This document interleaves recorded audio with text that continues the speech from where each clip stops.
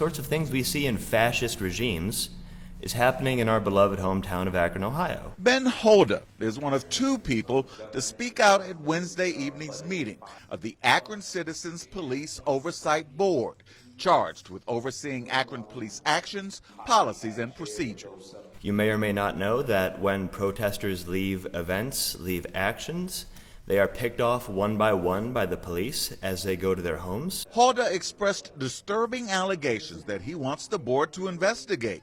Many relate to protests that began last week after the Ohio Attorney General's office declined to criminally charge 8 officers in last June's shooting death of 25-year-old Jayland Walker. The police started pepper spraying people before any water bottles were thrown. People's cars are being impounded and they're being harassed when they go to unimpound them. And again, this is for, relatively speaking, minor violations of traffic law. I'm sure there's going to be things that we're going to look at, maybe question and begin to say, hey, these are maybe some policies that we need to look to adjust. Kemp Boyd is chairman of the Oversight Board.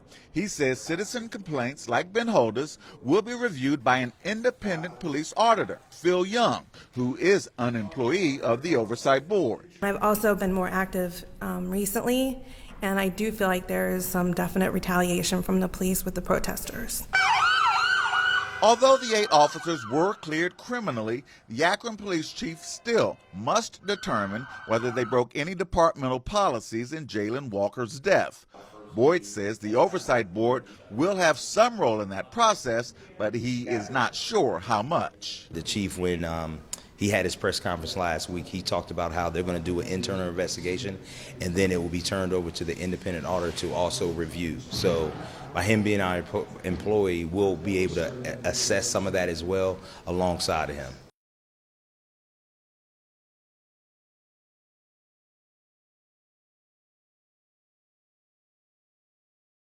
In Akron, Kevin Freeman, Fox 8 News.